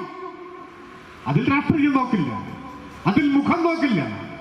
ഇപ്പൊ അറസ്റ്റ് ചെയ്യപ്പെട്ടവരിൽ 2 പേർ CPM-കാരാണ്. അതാണ് പ്രചരണം. 4 ആള് കോൺഗ്രസ് ആണ്. അതും ഉണ്ടെന്നില്ല, അതൊരു മാധ്യമവും പറയില്ല. കേരളത്തിലെ മുൻ മന്ത്രി കോൺഗ്രസിന്റെ നേതാവ് VS ശിവകുമാറിന്റെ സഹോദരൻ ഇപ്പൊ പെൻഷൻ വാങ്ങാതെ വീട്ടിലിരിക്കുകയാണ്. പഴയ ശബരിമലയിലെ എക്സിക്യൂട്ടീവ് ഓഫീസറായി കോടികൾ അഴിമതി നടത്തിയതാണ്. ഒക്കെ പോട്ടെ, വന്നിപ്പോ ഇവിടെ എത്തി. ഇപ്പൊ ശബരിമലയെ കുറിച്ച് ആരും മിണ്ടുന്നില്ല. അതിന്റെ മിണ്ടാട്ടം മുട്ടിപ്പോയി. ഇപ്പൊ തന്ത്രി അറസ്റ്റിലായി. എങ്ങോട്ടാണ് നീളുന്നത്? അന്വേഷണം ഡൽഹിയിലേക്ക് നീളുന്നു, ജൻപത്തിലേക്ക് എത്തുന്നു. കളവ് നടത്തിയ ലോകൈക കള്ളന്മാരോടൊപ്പം നിൽക്കുന്നത് കോൺഗ്രസിന്റെ ഏറ്റവും തലമുതിർന്ന നേതാവ് ശ്രീമതി സോണിയാഗാന്ധി. ഞാനിപ്പോഴും ഈ പൊതുയോഗത്തിൽ ഏതെങ്കിലും തരത്തിൽ വ്യക്തിപരമായി കോൺഗ്രസിന്റെ സമുന്നത സ്ഥാനങ്ങളിൽ ഇരിക്കുന്ന നേതാക്കളെ ആക്ഷേപിക്കാനോ കുറ്റപ്പെടുത്താനോ വിധി കൽപ്പിക്കാനോ മുതിരുന്നില്ല. പക്ഷേ ജനങ്ങളുടെ മുൻപിൽ ഉത്തരം കിട്ടാത്ത ചോദ്യമായി നിൽക്കുമ്പോൾ അതീവ സുരക്ഷാ മേഖലയിൽ കേരളത്തിലെ കോൺഗ്രസിന്റെ പ്രമാണിമാരായ നേതാക്കന്മാർക്ക് പോലും കൂടിക്കാഴ്ചയ്ക്ക് അനുമതി കിട്ടാത്ത ജൻപഥിൽ കള്ളന്മാർ കൂട്ടമായി എങ്ങനെ കേറി ഇറങ്ങി നിരങ്ങുന്നു? ഈ ചോദ്യത്തിന് മറുപടി പറയണ്ടേ? നാളെ അന്വേഷണം എവിടെ എത്തും നമുക്ക് ആർക്കും പ്രവചിക്കാൻ കഴിയില്ല. എവിടെയും എത്തട്ടെ എന്ന് ധീരമായി നമുക്ക് പറയാം. ഒരു ബേജാറും നമുക്കില്ല. എന്നാൽ ഇപ്പൊ ചില ആളുകൾക്ക് ബേജാറായി വരുന്നല്ലോ. ചില ആളുകൾ പൊള്ളുന്നു, ചില ആളുകൾ പ്രയാസപ്പെടുന്നു. ഒരു സംശയവും വേണ്ട, ഏറ്റുമാനൂർ ക്ഷേത്രത്തിലെ മോഷണം പോലെ ശബരിമലയിലെ സ്വർണ്ണപ്പാളി തട്ടിപ്പും അന്വേഷണം പൂർത്തിയാകുമ്പോ ജനങ്ങളുടെ മുൻപിൽ ശിരസ് കുനിച്ചു നിൽക്കേണ്ടി വരിക കോൺഗ്രസ് എന്ന രാഷ്ട്രീയ പാർട്ടിക്കായിരിക്കും. ഒരു സംശയവും വേണ്ട. നമുക്ക് കാത്തിരുന്ന് കാണാം അത്തരം കാര്യങ്ങൾ. ഇത് തെരഞ്ഞെടുപ്പിൽ രാഷ്ട്രീയ നേട്ടത്തിന് വേണ്ടി പ്രചരിപ്പിക്കുകയല്ലേ ചെയ്തത്. ശബരിമലയിലുള്ളവർക്ക് സത്യതയാണ്. ശബരിമല ക്ഷേത്രത്തിലുള്ളവർ, ക്ഷേത്ര പരിസരത്തുള്ളവർ, ക്ഷേത്രത്തെ ആശ്രയിച്ച് ജീവിക്കുന്നവർ, അവിടുത്തെ ഭക്തജനങ്ങൾ, അവർക്ക് ഈ കാര്യമൊക്കെ അറിയാം. അവരെ പറ്റിക്കാൻ പറ്റില്ല. ശബരിമല ക്ഷേത്രം നിലനിൽക്കുന്ന വാർഡ് ഇടതുപക്ഷമാണ് ഈ പ്രചരണം മുഴുവൻ നടത്തിയിട്ട് ജയിച്ചത്. ശബരിമല ക്ഷേത്രം നിൽക്കുന്ന പഞ്ചായത്ത് പത്തനംതിട്ട ജില്ലയിലെ പെരുന്നാട് പഞ്ചായത്താണ്. നിങ്ങൾ അന്വേഷിക്കുക. ഈ പ്രചരണം മുഴുവൻ നടത്തിയിട്ടും ആ പഞ്ചായത്ത് ഇടതുപക്ഷമാണ് ഭരിക്കുന്നത്, ജയിച്ചത്. മകരജ്യോതി തെളിയുന്നത് എവിടെയാണ്? പൊന്നമ്പലമേട്ടിലാണ്. പൊന്നമ്പലമേട് സ്ഥിതി ചെയ്യുന്ന പഞ്ചായത്ത് വാർഡ് ഇടതുപക്ഷമാണ് ജയിച്ചത്. പൊന്നമ്പലമേടുള്ള ഗ്രാമപഞ്ചായത്ത് സീതത്തോട് പഞ്ചായത്താണ്, ഇടതുപക്ഷമാണ് ജയിച്ചത്. അവിടെയുള്ള ആളുകൾക്കെല്ലാം ഈ കാര്യം അറിയാം. പക്ഷേ മറ്റത്തൂരിലോ കാസർകോട്ടോ കോഴിക്കോട്ടോ തിരുവനന്തപുരത്തോ ഒക്കെ ഉള്ളവര് ഇതെല്ലാം ദൈനംദിനം കണ്ട് മനസ്സിലാക്കിക്കൊള്ളണമെന്നില്ല. അങ്ങനെയുള്ള കുറെ മനുഷ്യരെ തെറ്റായ പ്രതീതിയിൽ അകപ്പെടുത്താൻ ഒരുപക്ഷെ പ്രചരണം സാധിച്ചിട്ടുണ്ടാവും. അതിലൊക്കെ കുറെ ആളുകൾ തെറ്റിദ്ധാരണകളിൽ മുഴുകിയിട്ടുണ്ടാവും. ഇത്തരത്തിലുള്ള കാര്യങ്ങൾക്കിടയിൽ വികസന കാര്യങ്ങൾ മുങ്ങിപ്പോയിട്ടുണ്ടാവും. നാടിന്റെ വികസനം ശ്രദ്ധിക്കാതെ പോയിട്ടുണ്ടാവും. അപ്പോ എല്ലാ കാലത്തും ഇങ്ങനെ നിൽക്കുന്നു കരുതണ്ട. നിയമസഭാ തെരഞ്ഞെടുപ്പ് വരുമ്പോഴേക്കും ശബരിമല അന്വേഷണമൊക്കെ ഏകദേശം ആളുകൾക്ക് ആരുടെയും സഹായമില്ലാതെ കാര്യങ്ങൾ മനസ്സിലാക്കാൻ കഴിയുന്ന നിലയിലേക്ക് എത്തും. അപ്പോ ഈ ചക്ക കൊണ്ട് മുയല് ചാവും എന്ന് ആരെങ്കിലും കരുതുന്നുണ്ടെങ്കിൽ പട്ടിണി കിടക്കേണ്ടി വരും, മുയലർച്ചി തിന്നാൻ കഴിയില്ല എന്ന് മാത്രമേ എനിക്ക് സൂചിപ്പിക്കാനുള്ളൂ. നാടിന്റെ വികസനം, ജനങ്ങളുടെ ക്ഷേമം, അതിൽ വിട്ടുവീഴ്ചയില്ല. ഞങ്ങൾ ആ തത്വാധിഷ്ഠിത നിലപാടിൽ ഉറച്ചു നിന്നു. ഒരു പഞ്ചായത്ത് ഇലക്ഷൻ തോറ്റോട്ടെ, ഇതിനു മുമ്പ് തോറ്റിട്ടുള്ളവരാണ്. ആ തത്വാധിഷ്ഠിത നിലപാടിൽ തന്നെ ഞങ്ങൾ ഉറച്ചു നിൽക്കും. ജനങ്ങളുടെ ക്ഷേമത്തിന് വേണ്ടി ഇനിയും പദ്ധതികൾ ആവിഷ്കരിക്കും. നാടിന്റെ വികസനത്തിന് വേണ്ടി പുതിയ പദ്ധതികൾക്ക് നേതൃത്വം കൊടുക്കും. ഇപ്പൊ ഓരോ വീടുകളും കയറി ഇറങ്ങി സർവേ നടത്തുകയാണ്. ഇനി നടപ്പിൽ വരുത്തേണ്ട പദ്ധതികൾ ജനങ്ങളിൽ നിന്ന് നിർദ്ദേശം സ്വീകരിക്കുക. അങ്ങനെയാണ് ജനങ്ങളെ വിശ്വാസത്തിലെടുക്കുക. ഒപ്പം ഓരോ പ്രദേശത്തും രാഷ്ട്രീയ പ്രവർത്തനത്തിന് നേതൃത്വം കൊടുക്കുന്നതിനിടയിൽ നമുക്ക് എന്തെങ്കിലും പിശക് പറ്റിയിട്ടുണ്ടോ, ജനങ്ങൾക്ക് എന്തെങ്കിലും പരാതിയുണ്ടോ, അതെല്ലാം തുറന്ന മനസ്സോടെ കേൾക്കും, പരിശോധിക്കും. തിരുത്തേണ്ടതുണ്ടെങ്കിൽ തിരുത്തും. ജനാധിപത്യ മൂല്യങ്ങൾ ഉയർത്തിപ്പിടിക്കും. മതനിരപേക്ഷ നിലപാടിൽ വിട്ടുവീഴ്ച ചെയ്യില്ല. ഇനി ഏതെല്ലാം തിരഞ്ഞെടുപ്പുകളിൽ തോറ്റാലും നാടിനെ തകർക്കാൻ തന്ത്രങ്ങൾ ആവിഷ്കരിക്കുന്ന വർഗീയവാദികളുമായി ഒരു നീക്കുപോക്കിനും ഞങ്ങളില്ല. അത് ഭൂരിപക്ഷ വർഗീയതയായാലും ന്യൂനപക്ഷ വർഗീയതയായാലും. ഇന്നോളം ഈ മണ്ണിൽ അവതരിച്ചിട്ടുള്ള വർഗീയതകൾ, ഒരുപക്ഷെ നാളെ പിറക്കാനിരിക്കുന്ന പുതിയ വർഗീയതകൾ ഏത് രൂപഭാവങ്ങളിൽ വന്നാലും വർഗീയവാദികളുമായി സന്ധിയില്ല. ഈ നാടിന്റെ മതനിരപേക്ഷ ജനാധിപത്യ മൂല്യങ്ങളെ മുറുകെ പിടിച്ചുകൊണ്ട് ഇടതുപക്ഷം മുന്നോട്ട് പോകും. അത് ഇന്നല്ലെങ്കിൽ നാളെ ഈ നാടിന്റെ മുഴുവൻ അംഗീകാരം നേടി കരുത്താർജിക്കുമെന്ന കാര്യത്തിൽ ഞങ്ങൾക്കൊരു സംശയവുമില്ല. ആ ജനാധിപത്യ സംരക്ഷണ പോരാട്ടത്തിന്റെ വഴിത്താരകളിൽ ഒരു സുപ്രധാന നിമിഷമായി മറ്റത്തൂരിലെ ഇടതുപക്ഷത്തിന്റെ ഈ ജനാധിപത്യ സംരക്ഷണ സദസ്സ് ചരിത്രത്തിൽ വിലയിരുത്തപ്പെടും എന്ന് ഉറപ്പായും തിരിച്ചറിഞ്ഞുകൊണ്ട് ഞാൻ എന്റെ എളിയ വാക്കുകൾ അവസാനിപ്പിക്കുന്നു. അഭിവാദനം.